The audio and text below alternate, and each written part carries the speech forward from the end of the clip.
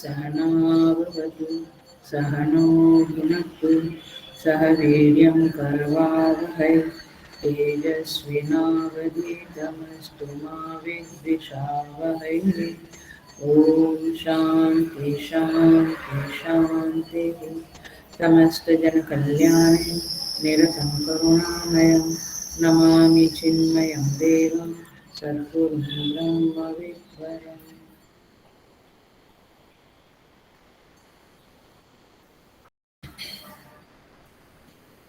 So I welcome all the sadhakas in this Shvetasvatar Upanishad online satsang with great love and great respect.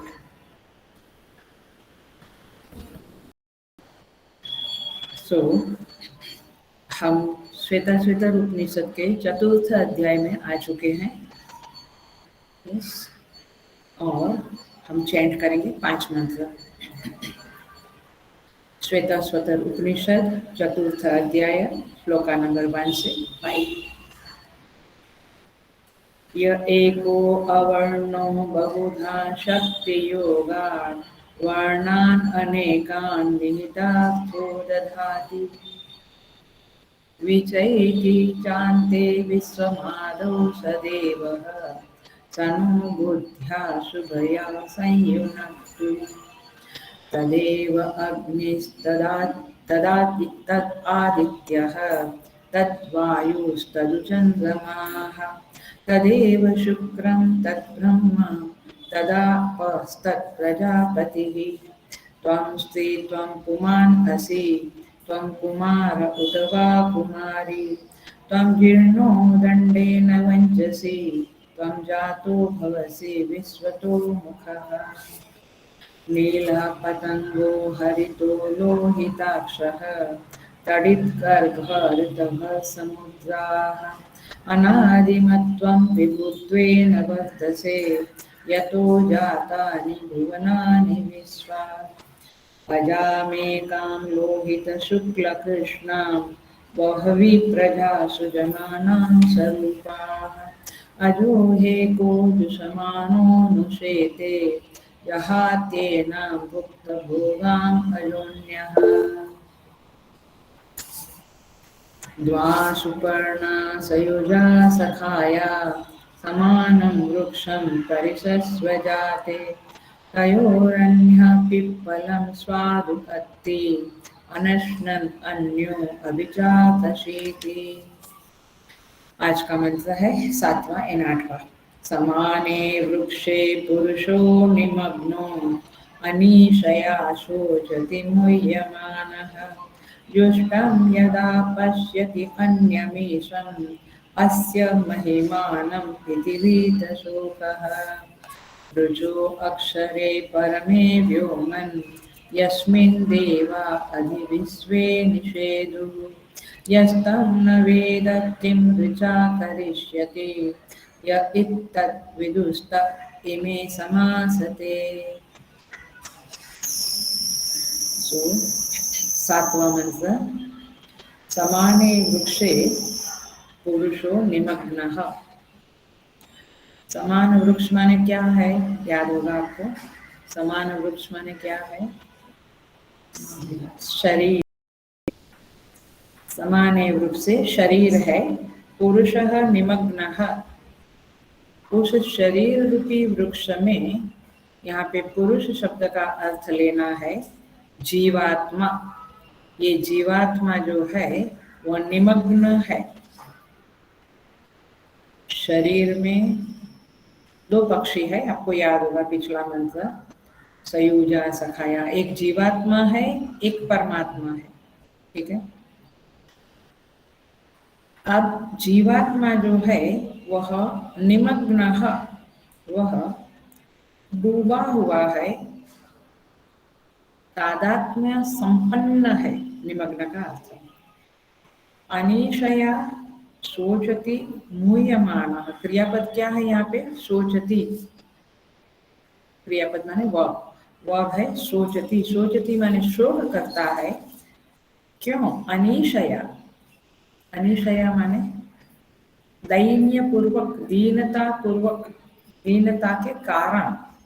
शोक करता है।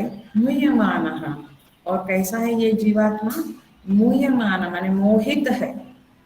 ये जीवात्मा मोहित है, निमग्न है, मोहित है और अनिशया है, दैन्य पूर्वक जी रहा है। तो इस तरह से शोचति, तो शोचति के तीन विशेषण दिए हैं, निमग्न, अनिशया, मुह्यमान। ऐसा ये जीव सदा शोकमग्न रहता है, शोक में रहता है, दुखी रहता है। तीसरी लाइन, जुष्टुम यदा पश्यति अन्यम ईशम। अन्यम ईशम माने ईश्वर, ईश्वर परमात्मा। अन्यम माने दूसरा शब्द नहीं लेना, वैसे अन्यम का अर्थ होता है दूसरा, लेकिन आपको यहाँ पे पर्टिकुलरली अटेंशन देकर लिख लेना है कहीं तो। अन्यम का अर्थ है विलक्षण। अन्यम माने विलक्षण।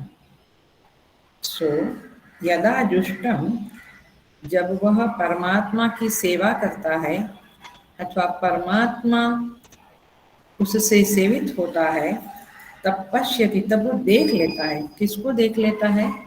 अन्यम ईशम, अन्य विलक्षण ईश्वर को देख लेता है।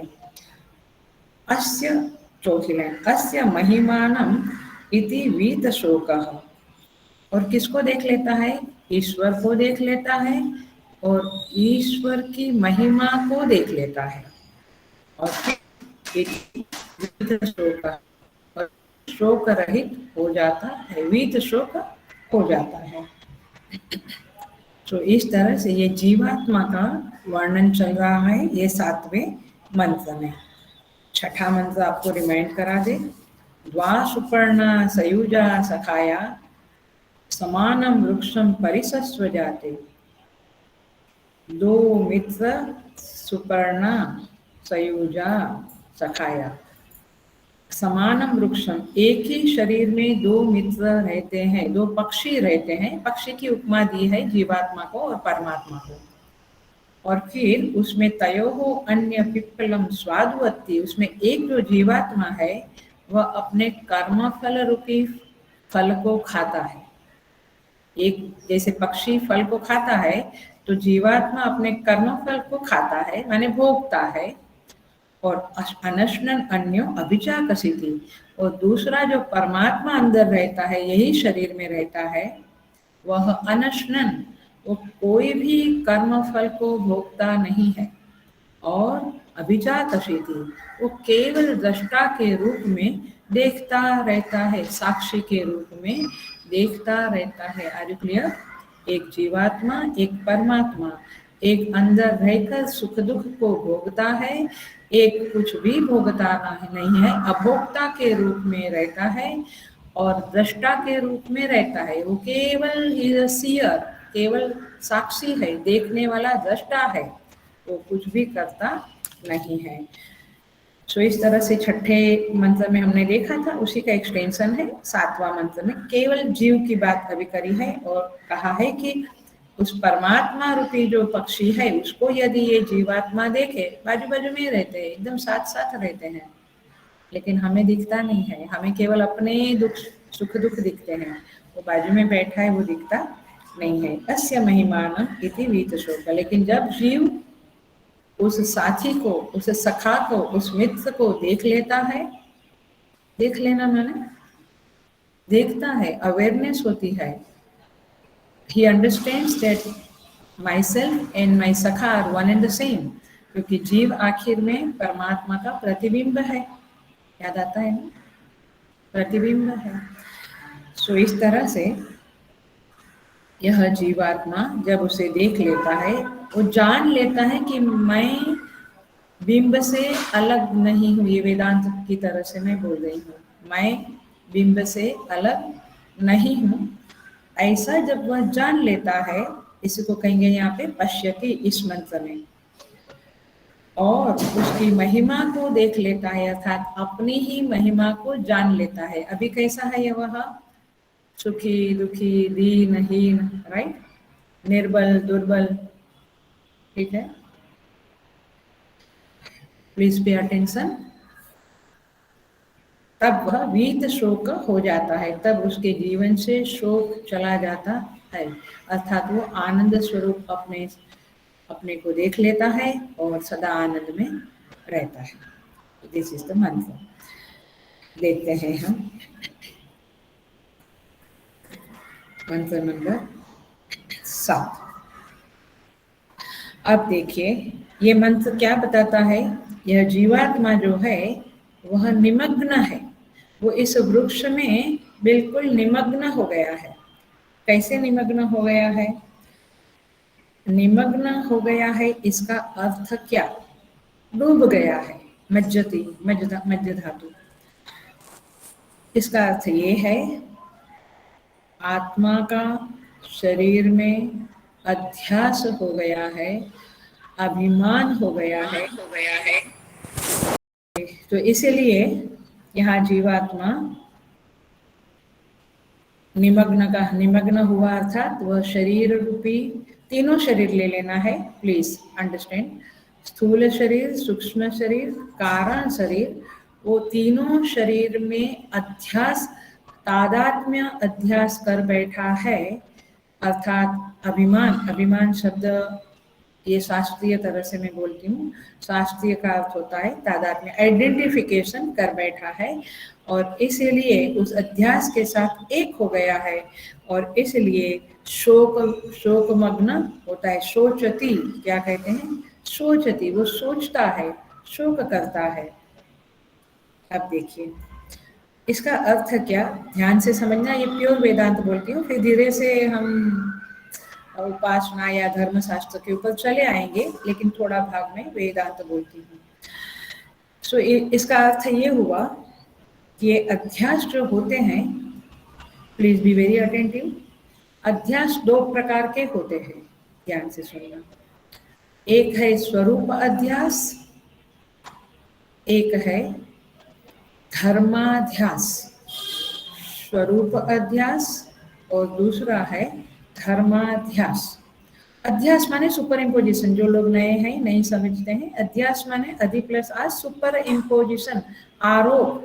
जैसे रज्जु के ऊपर सर्प क्या है? अध्यास है, सुपर इम्पोजिशन है। आया ख्याल में?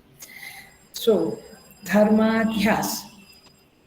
तो ध्यान से again very very very focus से सुनो ये वाक्य मैं जो बोल रही हूँ, वो बिल्कुल ध्यान से सुनना तो थोड़ा डिटेल समझेगा। इस आत्मा में शरीर का अध्यास नहीं हुआ है, लेकिन शरीर के धर्मों का अध्यास हो गया है। उस अध्यास में जीवात्मा लिपट गया है, निमग्न हो गया है। पकड़ा आप लोगों ने?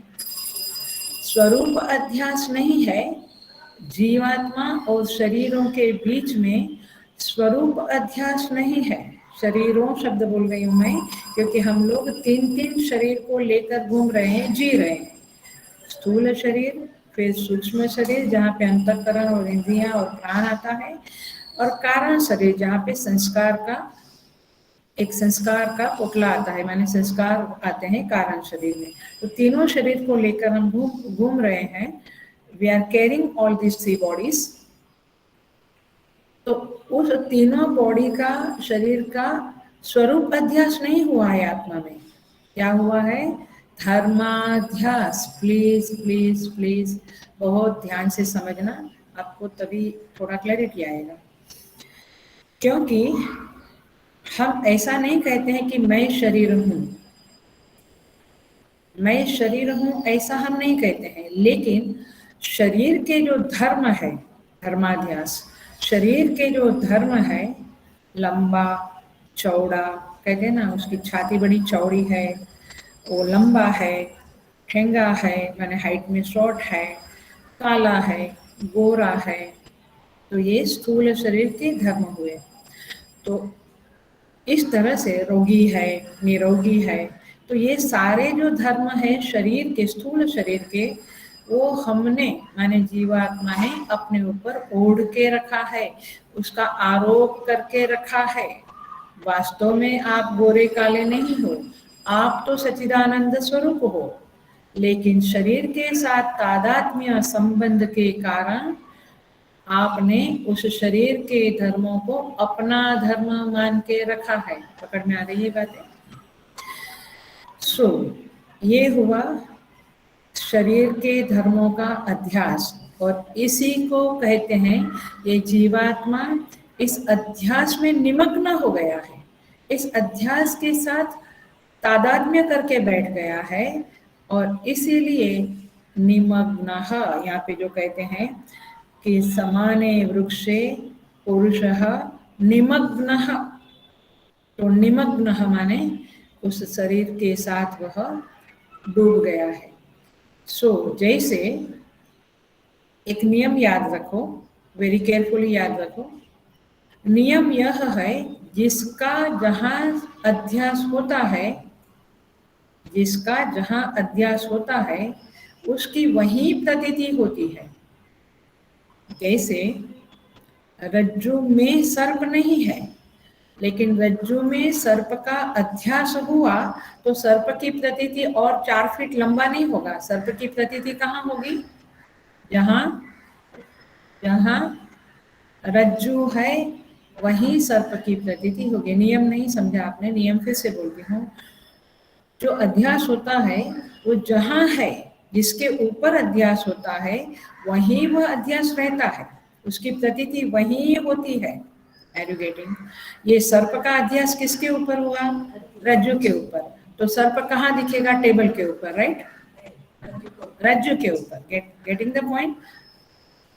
तो रज्जु के ऊपर सर्प की प्रतीति होगी। वैसे जीवात्मा के ऊपर चूंकि स्थूल शरीर का अध्यास हुआ है, और इसीलिए उस धर्माध्यास, उस शरीर के धर्म किस में दिखेंगे?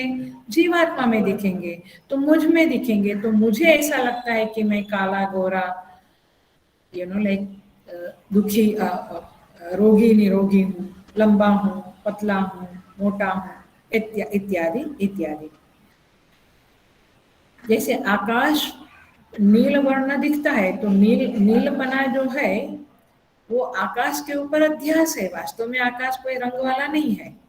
तो इस तरह से जिसका जहां अध्यास होता है वहीं पे वो अध्यास दिखता है, मतलब कि उसके धर्म वहीं पर उसी के ऊपर चढ़ते हैं। जैसे सर्प का धर्म क्या है? डरते हैं हम सबको, हमको पॉइजनस है तो हमें डंक देगा तो हम जहरीले हो जाएंगे, मर जाएंगे।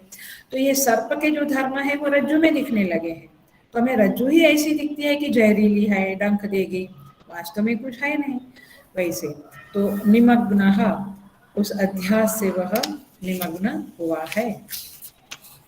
तो देखिए अभी इसी तरह से आगे बढ़ते हैं, वेरी इजी नाउ।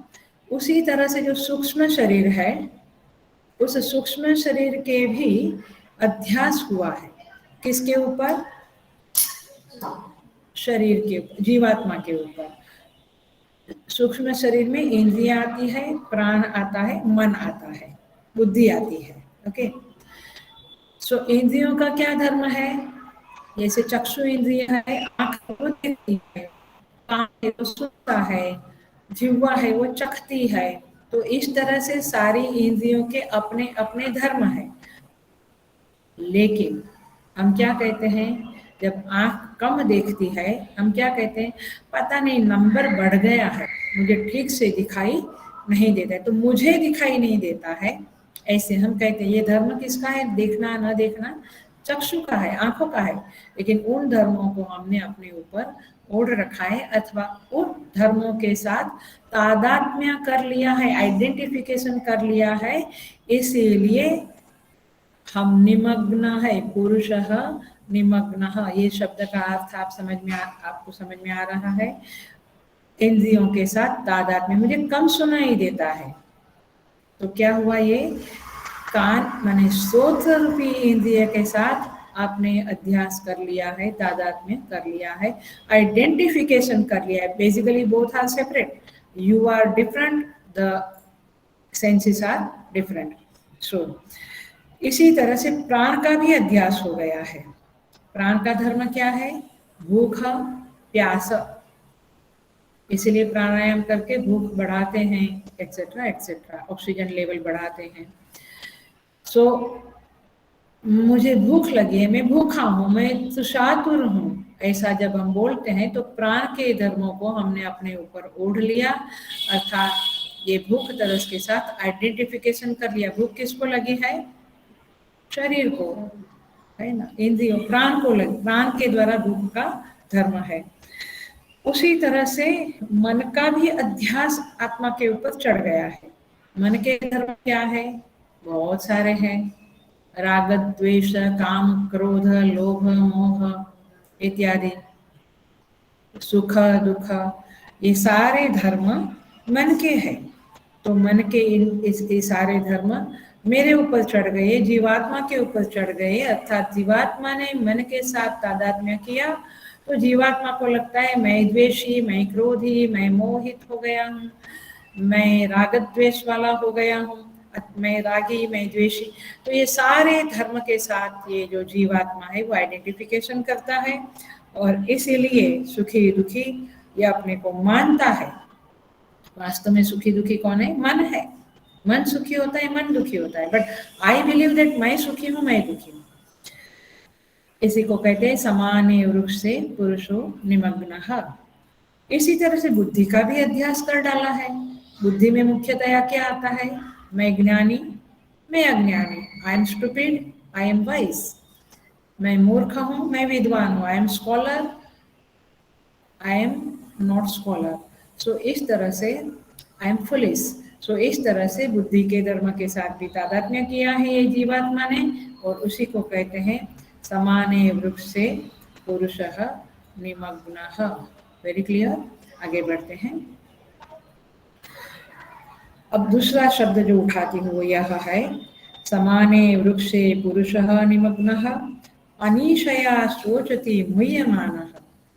ये शोचति शब्द तीनों के साथ लगाओ। निमग्नः शोचति, अनीशया शोचति, मुह्यमानः शोचति।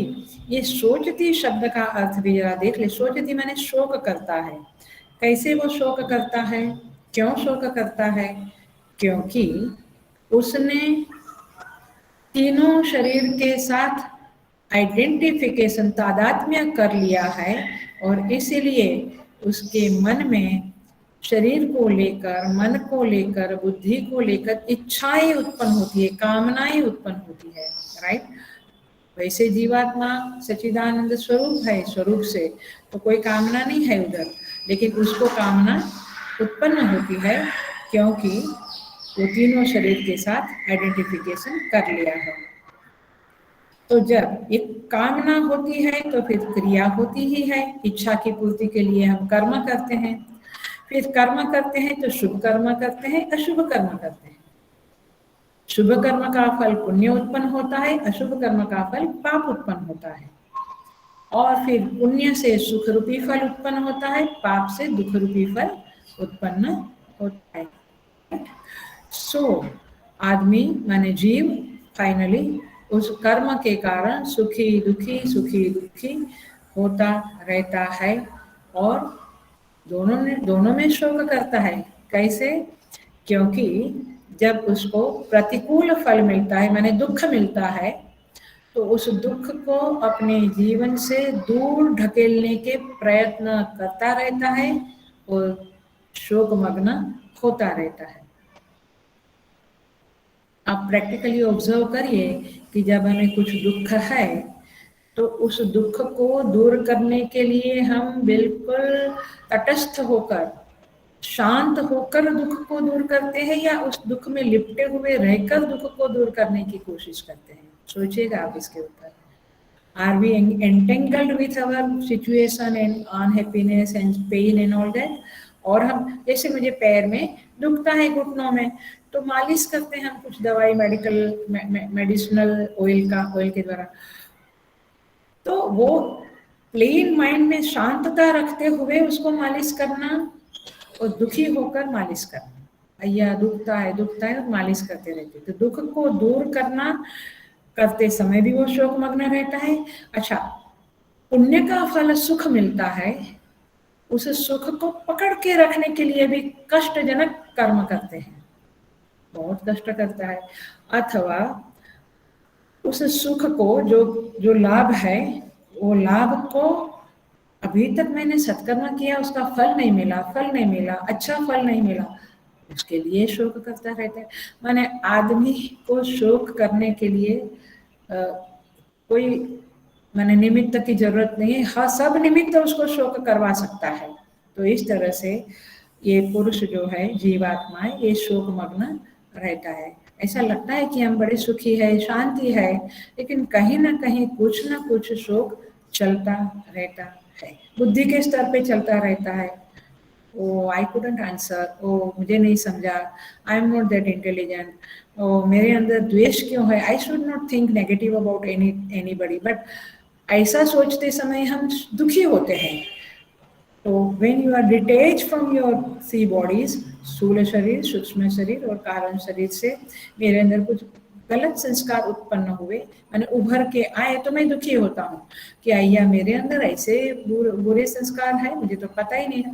मैंने दुखी होने के लिए तीनों शरीर काफी है।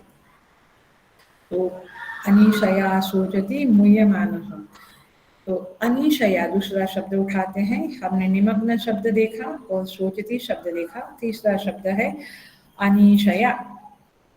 अनिशया शब्द का अर्थ है ईश माने ईश्वरत्व, शासकत्व, स्वतंत्रता। जो जो शासित है वो परतंत्र है, लेकिन शासक स्वतंत्र है। तो ईश शब्द का अर्थ यह है, और ईश माने ईश्वर। लेकिन अनीश, अनीश शब्द का अर्थ होता है अन ईश, जो ईश्वर नहीं है, जिसमें ईशत्व नहीं है। इसका अर्थ है जिसमें दैन्य है। कई बार पेरेंट्स लोग बच्चे का नाम रखते हैं अनीश, लेकिन पता नहीं होता है कि क्या अर्थ है दैन्य। अनीश माने दैन्य, दीनता। तो देखिए यहाँ पे कहते हैं, अनीश शब्द का अर्थ देखते हैं हम। यहाँ पे कहते हैं ईश्वर शब्द का अर्थ है, मैं पुनः श्लोक बोलती हूँ क्योंकि याद आ जाए कि जिस ईश्वर को हम भजते हैं वो कौन है, कैसा है।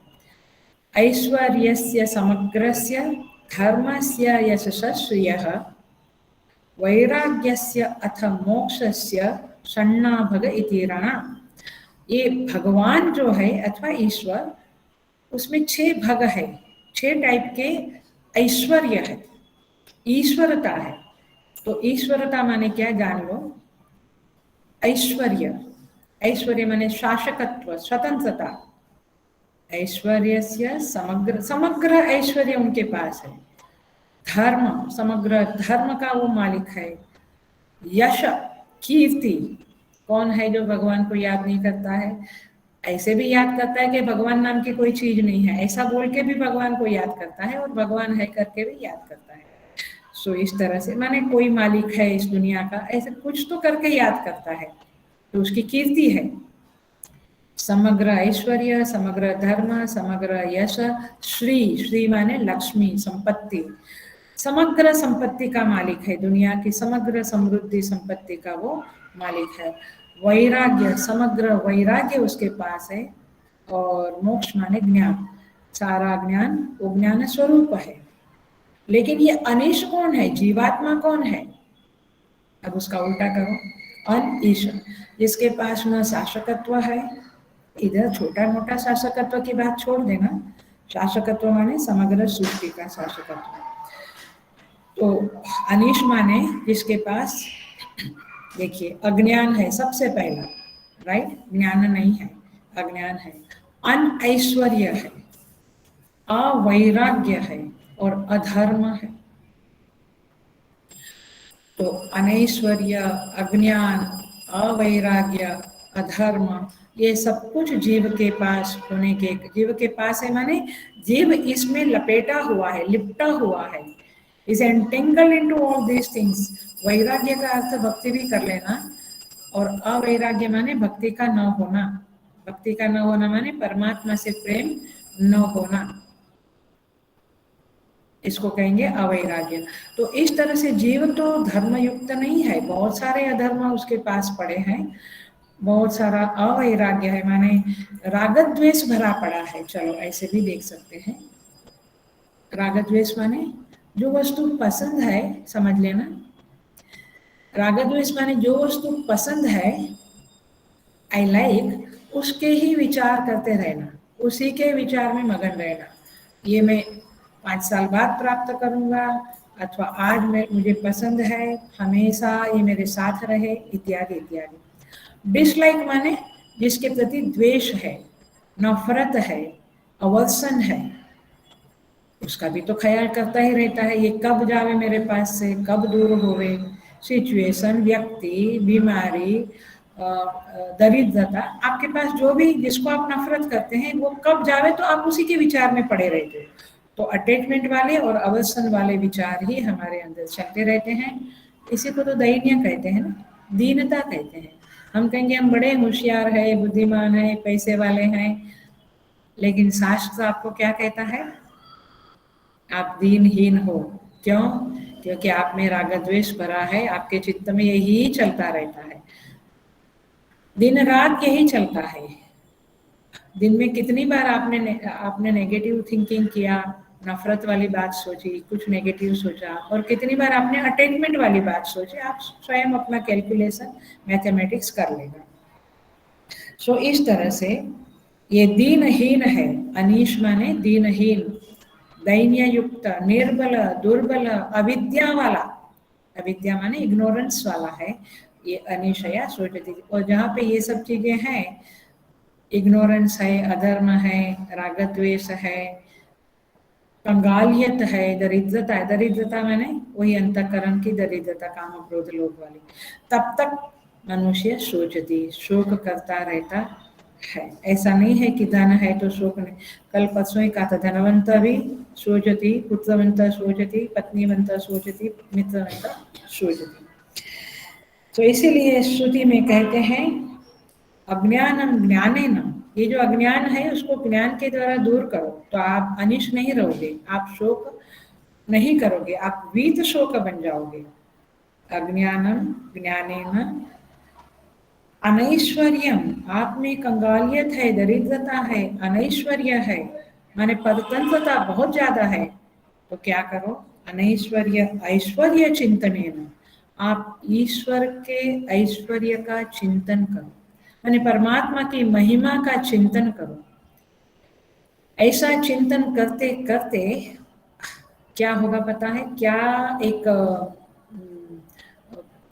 प्रक्रिया हो जाएगी, वो ये है कि आपके अंदर का जो अहंकार है वो धीरे धीरे गलने लगेगा। आपको अपना अहंकार बड़ा शुद्ध लगेगा। आज आपका अहंकार बड़ा फेटी है, धीरे धीरे वो निर्बल दुर्बल लगने लगेगा और आपकी परमात्मा के प्रति शरणागति बढ़ जाएगी। Are you getting? तो इसीलिए ईश्वर की महिमा का, लीला का, नाम रूप गुण, इसका चिंतन करने से आपकी शरणागति बढ़ेगी। और शरणागति बढ़ी तो आप फकीर, आप बिल्कुल फकड़ हो जाएंगे, चिंता रहित निश्चिंत हो जाएंगे, क्योंकि आपका भरोसा बढ़ जाएगा। सो अनैश्वर्य ऐश्वर्य चिंतनेन अवैराग्यम भक्त्या, आप भक्ति करेंगे तो राग द्वेष हट जाएंगे, धीरे धीरे कम हो जाएंगे और आप में वैराग्य बढ़ेगा। अधर्म धर्मेण, अधर्म को धर्म के द्वारा आप दूर करें। तो अनिशया सोचती, ये जीव तो सोचता रहता है, शोक करता रहता है, बट ये 4 चीजों के अपनाने से आप में ये शोक कम होगा, वीत शोक बन जाएंगे आप। सो इस तरह से यहाँ पे कहते हैं अनिशया सोचती मुह्यमान। मुह्यमान शब्द का अर्थ मोहित है। हेलो, हम मोहित है क्या? हमको नहीं लगता है कि हमें मोह है।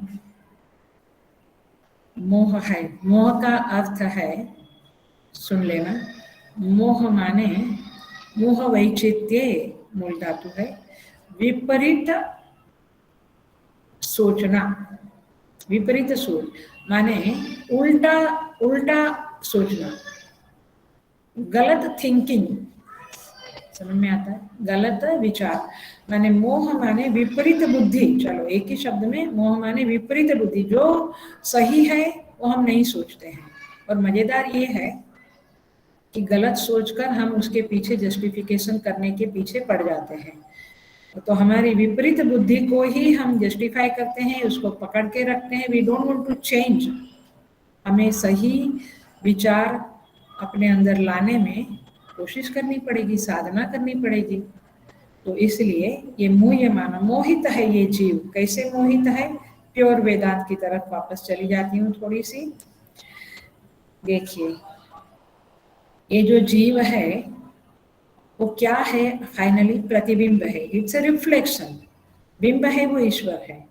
तो जैसे यह जीव, जैसे चंद्रमा एक तालाब है या नदी है, सरोवर है, उसका प्रतिबिंब पड़ता है, तो पानी के हिलने से वो प्रतिबिंब जो रिफ्लेक्शन है चंद्र का, वो कैसा लगता है? हिलता डुलता लगता है।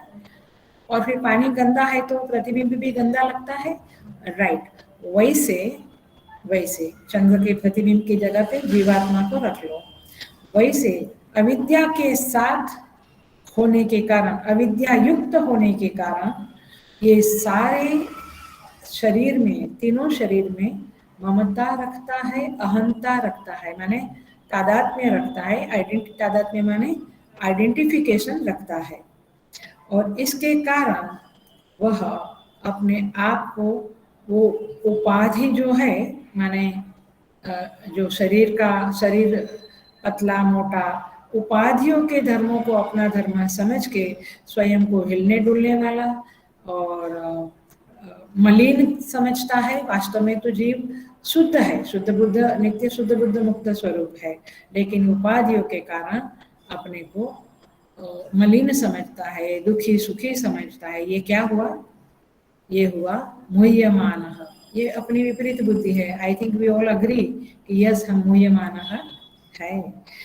उपाधि के धर्मों से तादात्म्य करने के कारण निमग्न होता है, मूह्यमान होता है। देखिए, जैसे पत्थर होता है, वो पानी में डालो तो नीचे चला जाता है, वो डूब जाता है, दिखने को नहीं आता है, क्योंकि वह जल है, वो गंदा है, वो हिलता डुलता है, तो पत्थर नहीं दिखता है। लेकिन जल यदि शुद्ध कर ले और स्थिर कर ले तो पत्थर दिखेगा। वैसे ही ये उपाधि, जो अंतःकरण रूपी उपाधि है, वो जल है, उसको शुद्ध कर ले, शांत कर ले, चंचल ना रखें, तो फिर अंदर का परमात्मा हमको दिखेगा और वह मैं ही हूँ, ऐसा आपको अनुभव में आएगा। तो मोह है, इसके लिए मैं अपने को परमात्मा से भिन्न समझ रहा हूँ, द्वैत में जी रहा हूँ। तो इस तरह से, और हम लोग जो जीवात्मा है वो बहुत सारे भार लेके जीता है। जैसे तुम्बी होती है, वो पानी में तैरती है, राइट, लेकिन उसके ऊपर आप भार डालो, वो अंदर जाएगी, अंदर जाएगी, अंदर जाएगी, and it tries to come up. वैसे ही ये जीव के ऊपर बहुत सारे भार, कर्तव्यों के भार लेके बैठा है। भाई को एडमिशन देना, बच्चे को एडमिशन देना, इसको ये करना, उसको वो करना, बहुत सारे भार लेके बैठा है और वो नीचे नीचे नीचे जा रहा है। लेकिन यदि वह तादात्म्य तोड़ दे तो फिर वह वीत शोक हो सकता है। तो इसका तात्पर्य ये है, ये दीन भाव क्यों है? अनिशया, मूह्यमानः और निमग्न। वैसे तीनों शब्द एक दूसरे के साथ जाते हैं और इस तरह से यह जीवात्मा अपने आप को बहुत ही दीन मानकर हमेशा शोकमग्न रहता है। लेकिन यहाँ पे श्रुति कहती है कि यदि वह पश्यति अन्यम ईशम जुष्टम, माने जब वह ईश्वर को भजता है, और जो विलक्षण है, विलक्षण माने आकाश और नीलिमा का जो संबंध है, वैसा ही हमारा और परमात्मा का संबंध है, एक ही है बट विलक्षण दिखता है। सो उस परमात्मा को देख लेता है और उसकी महिमा को जान लेता है, तब वह वीत शोक हो जाता है। ऐसा यहाँ पे श्रुति कहती है। देखिए कैसे है यह, कैसे देखना है। ये पूरी प्रक्रियाएं बहुत बार बताई है, बट एक शब्द एक छोटा सा टुकड़ा बताकर बताती हूँ। गोस्वामी तुलसीदास जी महाराज कहते हैं, रघुपति भगति वारि छाड़ित जल, बिनु प्रयास ही सूझे। जब भगवान की भक्ति, रघुपति की भक्ति का जो जल है, भक्ति रूपी जल है, जो आपके आंख में छिड़क दो उसको, जैसे पानी छिड़क देते हैं ठंडा पानी, तो आंखों में एक प्रकार की स्वच्छता आती है। वैसे रघुपति की भक्ति रूपी जल को आप छिड़क डालो तो फिर बिनु प्रयास ही सूझे। फिर आपको प्रयास नहीं करना पड़ेगा, आपको सूझेगा। क्या सूझेगा?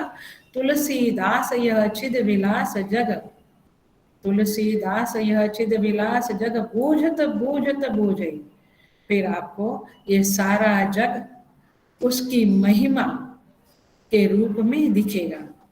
वेदांत में बोलूं तो अपनी महिमा के रूप में दिखेगा, बट भक्ति के संदर्भ में उस परमात्मा की महिमा के रूप में दिखेगा। इसलिए यहाँ पे जो कहते हैं कि अस्य महिमानम पश्यति, इस जगत में उसकी महिमा को देखते हुए कब दिखेगा? चिद विलास, ये चिद शक्ति का, ये परमात्मा का विलास है सब कुछ, तो ब्यूटीफुल दिखेगा, केवल सुंदर ही सुंदर दिखेगा। तो ये दृष्टि ईशावास्यम की दृष्टि है इन अ वे। तो उस तरह से उसकी महिमा जब देख लेते हैं, तब आपके चित्त में कितना समय सूर्य, चंद्र, आकाश, पृथ्वी, जल, समुद्र रहता है? मोस्टली नहीं रहता है, कुकर रहता है और फ्रिज में क्या क्या है वो रहता है। Anyway, so the point is this कि उसकी महिमा को आप जब देखते हो तब आपको समझता है कि यह जग चिद विलास के अलावा और कुछ भी नहीं है। और तब जब ये महिमा को देख लेता है, माने अपनी ही महिमा को वेदांत की दृष्टि में देख लेता है, तो वीत शोक, तब वह वीत शोक हो जाता है, अर्थात उसका शोक चला जाता है, उसके जीवन में शोक नहीं रहता है। तो इस तरह से यहाँ पे पुरुष की अर्थात जीव की महिमा, जीव का जो स्वरूप है वो बताया। जरा सोचना कि मेरा स्वरूप भी वही है क्या? अनिचया, मुह्यमाना, निमग्न, और मैं उस मेरे साथ बैठा हुआ जो दूसरा पक्षी है ईश्वर, माने अंतर्यामी शब्द दे देती हूँ, अंतर्यामी, उसको मैं कभी देखता हूँ क्या? जब उसको देखेंगे हम, तो फिर हम शोकमग्न से बाहर निकल के वीत शोक हो जाएंगे। तो इस तरह से यहाँ पे ये मंत्र है। आगे का मंत्र देखेंगे हम, ट्रांसलेशन देखते हैं पहले और फिर उस मंत्र को डील करेंगे। 8वां मंत्र पे आ गई हूं मैं। ऋचः अक्षरे परमे व्योमन,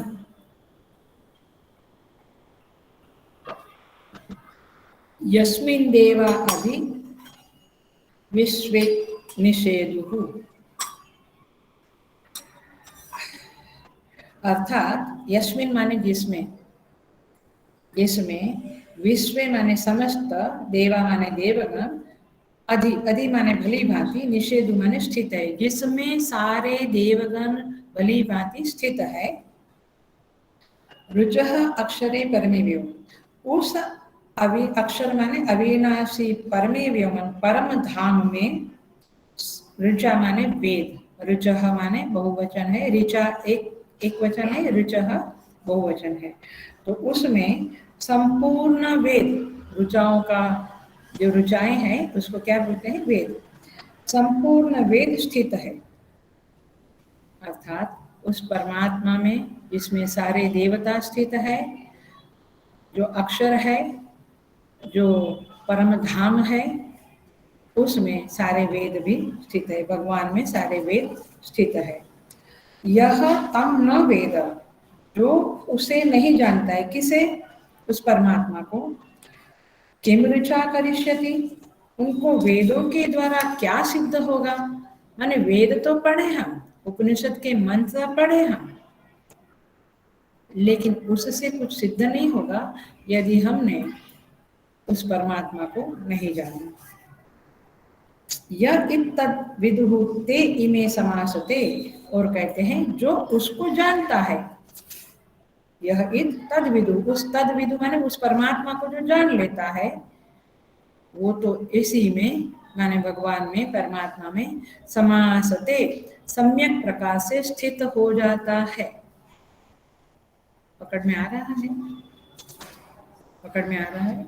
जो परमात्मा है, यस्मिन शब्द का अर्थ है परमात्मा, जो परमात्मा में स्थित है। वह परमात्मा कौन है? जिसमें समस्त देवता स्थित है और जिसमें वेद भी, संपूर्ण वेद भी स्थित है। अब स्थित है उसको हम देखेंगे, निषेधु माने स्थित है। निषेधु शब्द का अर्थ है स्थित। स्थित माने एस्टैब्लिश्ड है, they are staying into that. तो अक्षरे परमे व्योम, वो स्थित है। उस परमात्मा को नहीं जाना तो वेद को जानकर क्या फायदा? अर्थात वेद को जानना इसलिए है कि परमात्मा को जानना है, दैट्स द पॉइंट।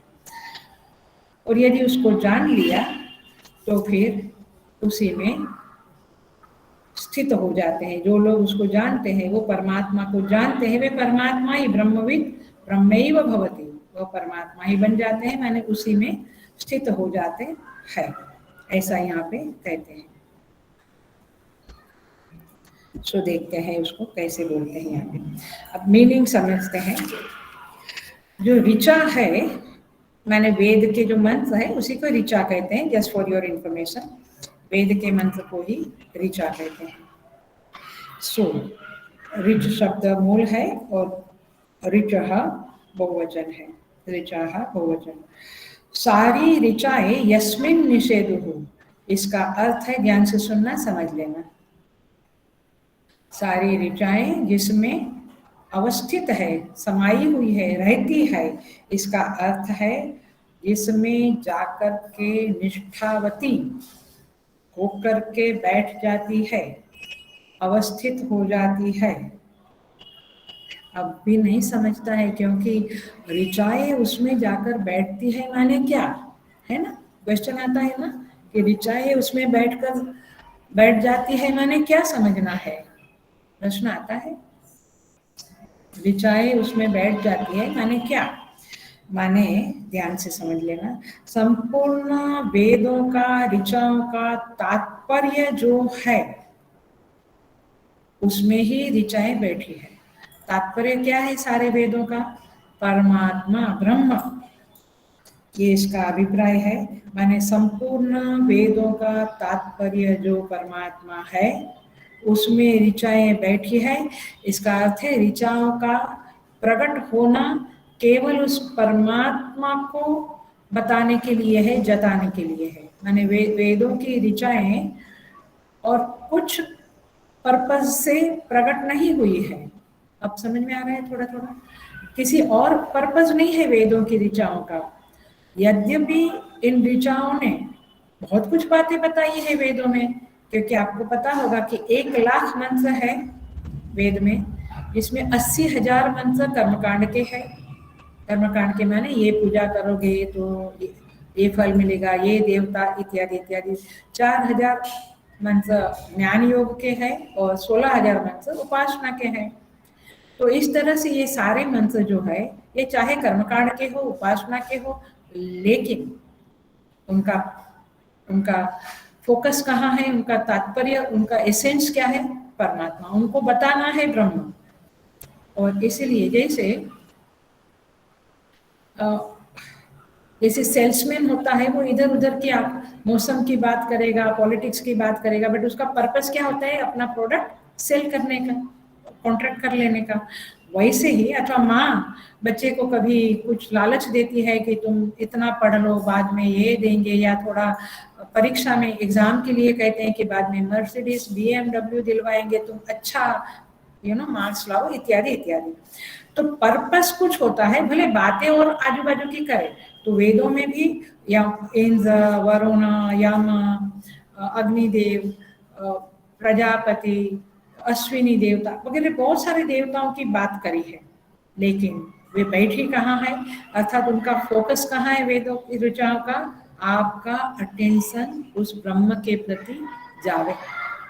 तो ऐसा नहीं है कि वे इंद्र को प्रतिपादित करने बैठी है, ऐसा नहीं है कि वो प्रजापति की बातें करने वास्तव में बैठी है, बट इन सारी बातों को करके, ये देवताओं की बातें करके, उसका जो अधिष्ठान है, इंद्र का अधिष्ठान, प्रजापति का अधिष्ठान रूप जो ब्रह्म है, उस ब्रह्म की ओर अंगुली निर्देश करती है।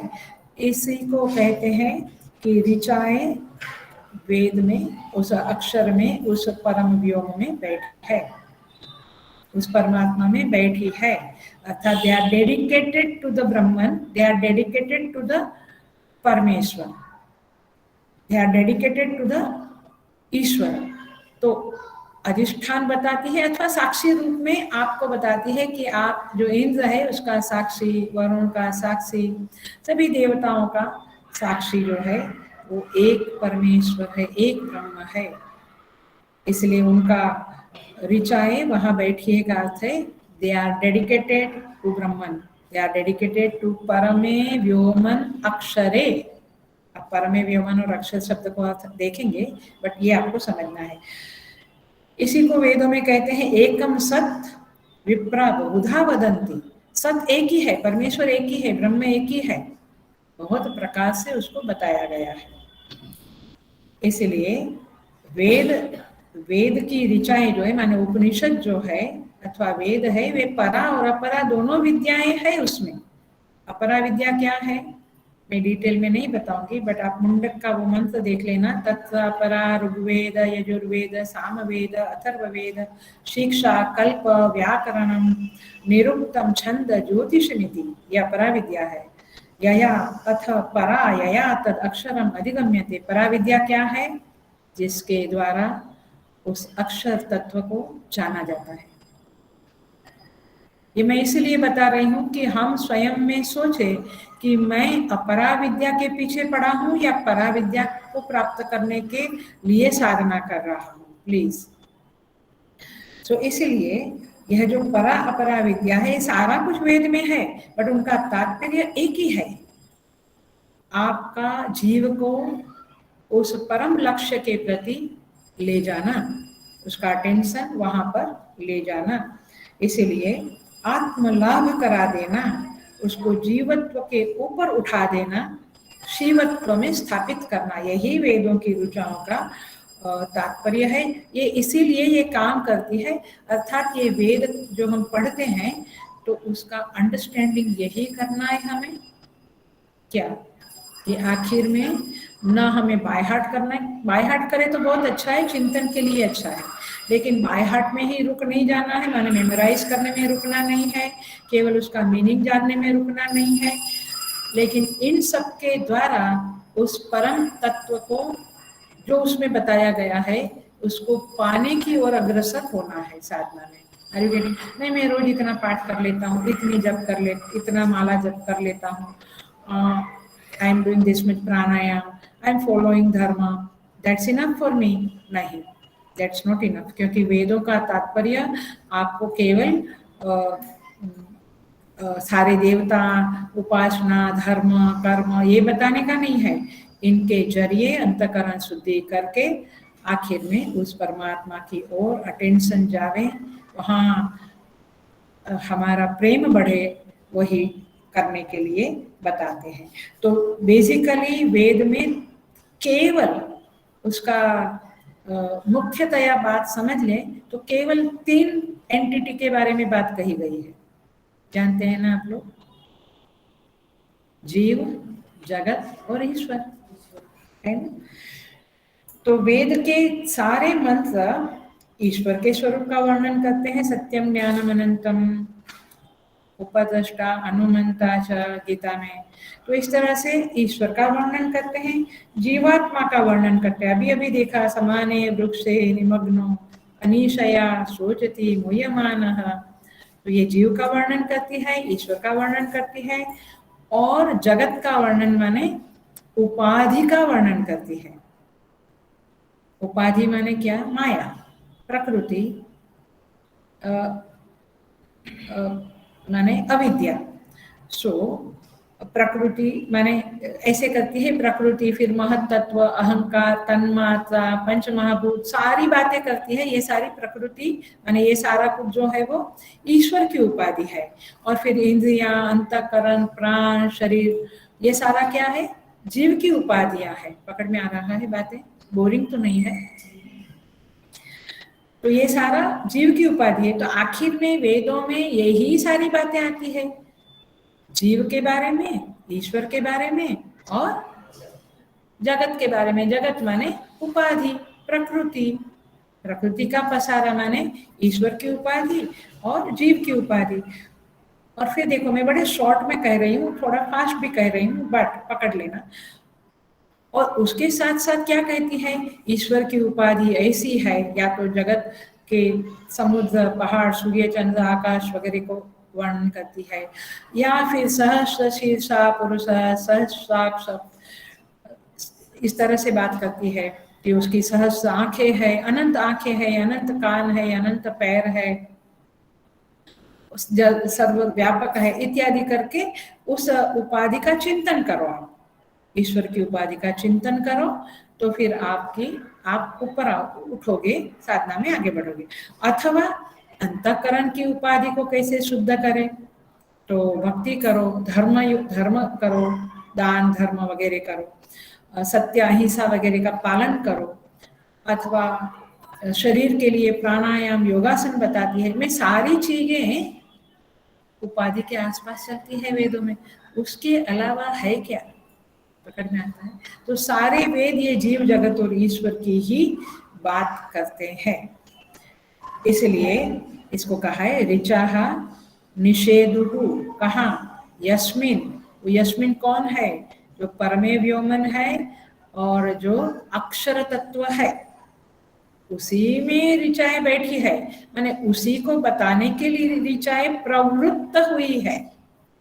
अब ये उपनिषद का प्रवचन भी हम क्यों करते हैं, उपनिषद स्वाध्याय के लिए हम सब लोग प्रवृत्त क्यों हुए हैं, क्योंकि फाइनली उस ब्रह्म में हमारी चित्त वृत्ति ऐक्य हो जावे, अर्थात हमें पता चले कि हम ही वह ब्रह्म है।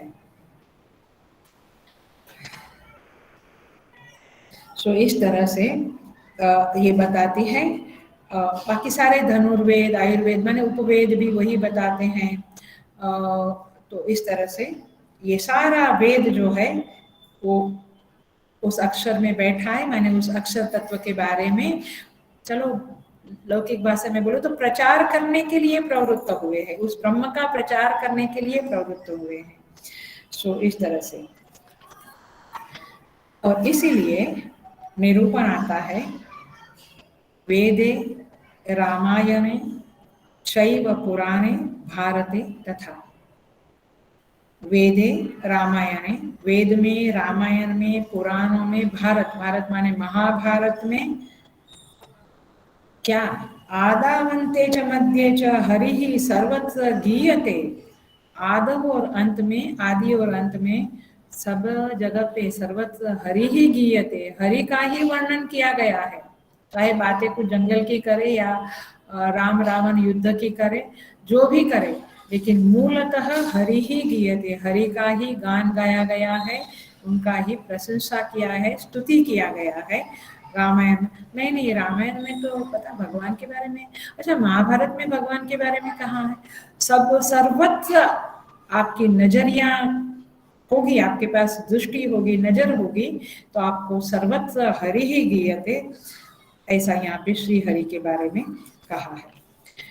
So I think you are very clear कि ऋचाएं भगवान में बैठी है माने क्या, वो केवल भगवान के बारे में आपको बताना चाहती है। इसका अर्थ ये हुआ डियर साधकास कि आप जब सुनते हो प्रवचन, कई बार मुझे मालूम भैया, कई बार नहीं बहुत बार मुझे पिछले सालों में जब ऑफलाइन था तो पूछती हूँ क्या क्या बढ़िया लगा, तो वो स्टोरी बढ़िया लगी और वो वर्णन बढ़िया लगा, लेकिन अरे उसमें जो ब्रह्म छिपा हुआ था वो मैंने इंगित किया था, वो आपके दिमाग में नोट डाउन नहीं हुआ, वो अंदर आपको इंजेक्ट नहीं हुआ, और then it's a teacher's problem, it's a teacher's incapability.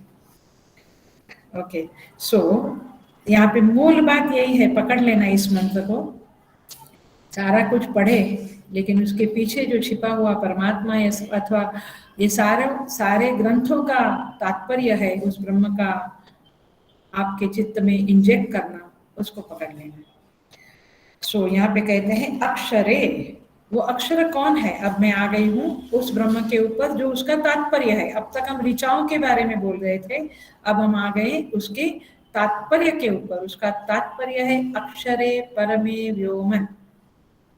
आप चाल मेरी पकड़ रहे हैं ना, किस तरह से चाल है समझाने की, और मंत्र को किस तरह से I am trying to inject in your mind the gist, उसका जो जिस्ट है मंत्र का, उसका जो तात्पर्य है वो किस तरह से इंजेक्ट करने की कोशिश कर रही हूं मैं, ये आप पकड़ते जाना हर बार। तो अब हमने ऋचाओं का वर्णन किया कि वो क्या करती है, लेकिन अथवा वो क्या है, उसका प्रवृत्ति क्या है, वो हमने देखा। अब हम आ गए हैं कि वे किसके लिए करती है, तो वह है अक्षरे परमे व्योमन। अक्षर शब्द का अर्थ है न क्षरति इति अक्षर, जिसका कभी क्षर नहीं होता है, माने जिसका कभी क्षरण नहीं है। संसार की सारी चीजें जायते वर्धते क्षरति नश्यति, सुना है ना, सब चीजों का उत्पन्न होना है, थोड़ा थोड़ा बढ़ना है, थोड़ा अपक्षीयते थोड़ा थोड़ा क्षय होना है, नश्यति नाश होना है, लेकिन यह जो तत्व है वो अक्षर तत्व है, और इसका मतलब है उसका क्षरण, उसका नाश कभी नहीं है, उसमें डिके नहीं है, राइट। क्षर शब्द का इंग्लिश में डिके, DECAY, डिके नहीं है उसके अंदर। 15वें अध्याय में कहते हैं द्वाविमौ पुरुषौ लोके क्षरश्चाक्षर एव च क्षरः सर्वाणि भूतानि कूटस्थोऽक्षर उच्यते। तो कूटस्थ माने ये अक्षर तत्व जो है परमात्मा। उत्तम पुरुषस्त्वन्यः परमात्मेत्युदाहृतः यो लोकत्रयमाविश्य बिभर्त्यव्यय ईश्वरः। तो इस तरह से ये अक्षर तत्व जो है वह एक्चुअली अक्षर माने यहाँ पे माया है अथवा जीवात्मा है, बट माया अकेली नहीं रह सकती, जीवात्मा भी अकेला नहीं है। जीवात्मा तो बिंब ईश्वर का प्रतिबिंब है और माया भी ईश्वर की शक्ति है।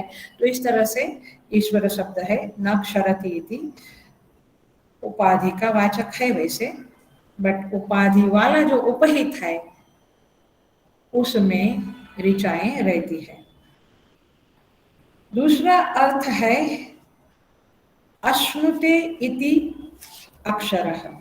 अश्नुते का अर्थ होता है व्यापक, अश् धातु का अर्थ है व्यापकता।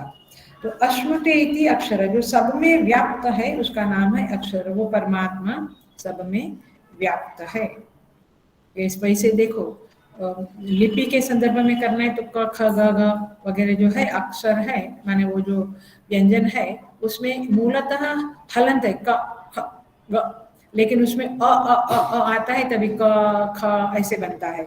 तो वो जो अ अक्षर है वो भी सर्व में व्याप्त है, और यहाँ पे हम परमात्मा की बात करते हैं, वो अविनाशी परमात्मा भी सब में व्याप्त है। अक्षर माने अविनाशी भी ले सकते हैं आप, it's a more better and closer understanding, जिसका कभी विनाश नहीं है,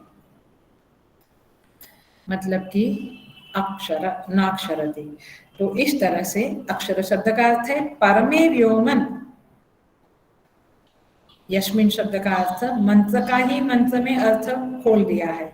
जैसे शायद मैं गीता की क्लास में कहा नहीं कहा, भगवद गीता में ही भगवद गीता का अर्थ छिपा हुआ है, गीता के श्लोक ही गीता का मर्म बताते हैं। वैसे उपनिषद में ही उपनिषद के शब्द ही उपनिषद के अर्थों को खोलते हैं। यहाँ पे यस्मिन शब्द का अर्थ है अक्षरे परमे व्योमन। तो परमे व्योमन शब्द को देखते हैं हम। व्योम माने आकाश, ये आपको पता होगा, व्योम माने आकाश। अब हमें लगता है कि आकाश तो एक ही है कि दो है, एक ही है ना। और उस आकाश को जो प्रत्यक्ष चाक्षुष है, चाक्षुष प्रत्यक्ष है माने आंखों से दिखता है, उसे मीमांसक लोग भूताकाश कहते हैं। भूताकाश माने पंचमहाभूत, आकाश वायु अग्नि जल पृथ्वी। तो ये पंचमहाभूत वाला जो भूताकाश है अथवा जिसमें भूत रहते हैं वो आकाश, हम सब किस में रहते हैं, तो आकाश को भूताकाश कहते हैं। ज्यादा नहीं जाएंगे।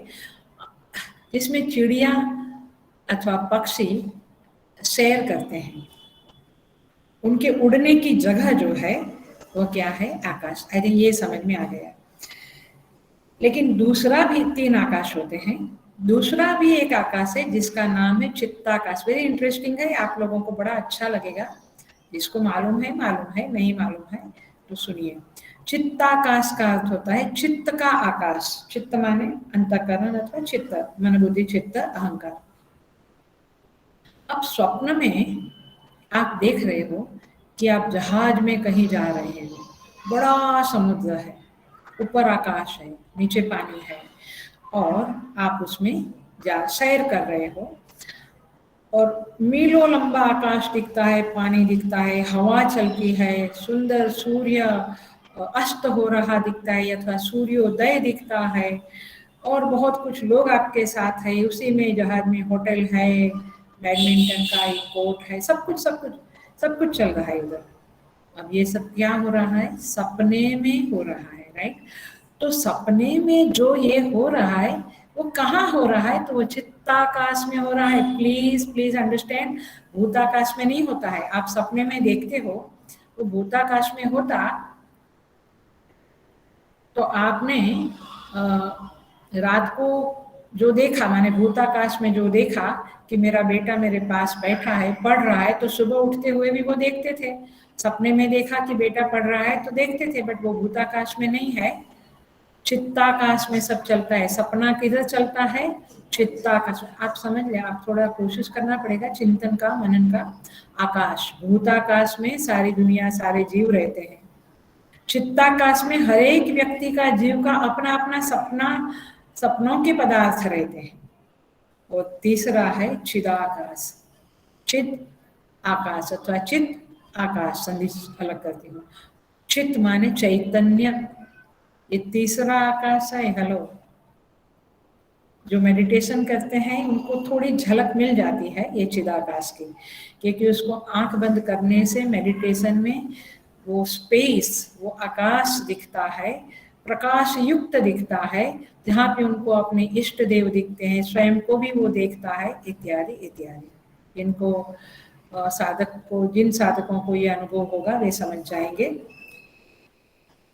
तो जो चिदाकाश है उसको यहाँ पे परम, परमे व्योमन कहा है।